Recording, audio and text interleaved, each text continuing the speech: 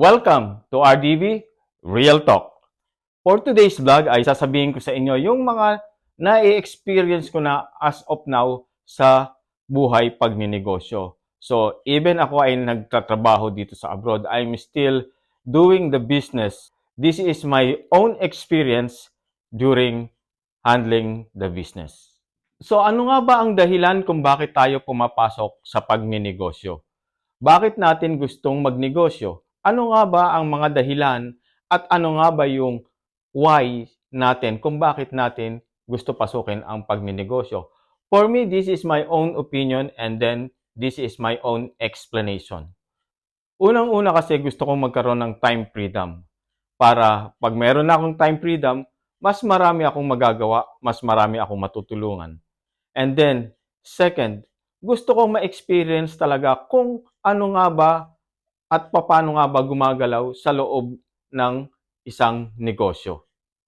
But this is the truth and this is the facts na ito nga pala yung talagang mararanasan mo kapag ka ikaw ay nagninegosyo. Unang-una, you have to take the risk. Pangalawa, you accept the failures. And then pangatlo, you think the solution. So, iyan yung mga na-experience ko as of now sa pagninegosyo. Bakit natin kailangan mag-take ng risk?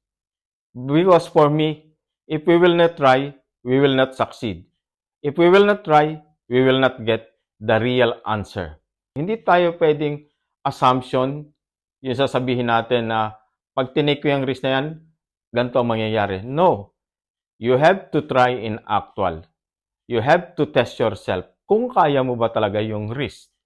Pangalawa, you accept the failures because not every day is maganda ang benta, not every day is maganda ang sales, but most of the day, you are surviving. That is a good enough para mag-survive ang business mo, para ma-accept mo yung mga failures na darating sa buhay mo. Because if you are afraid in failures, meaning you will not be succeed.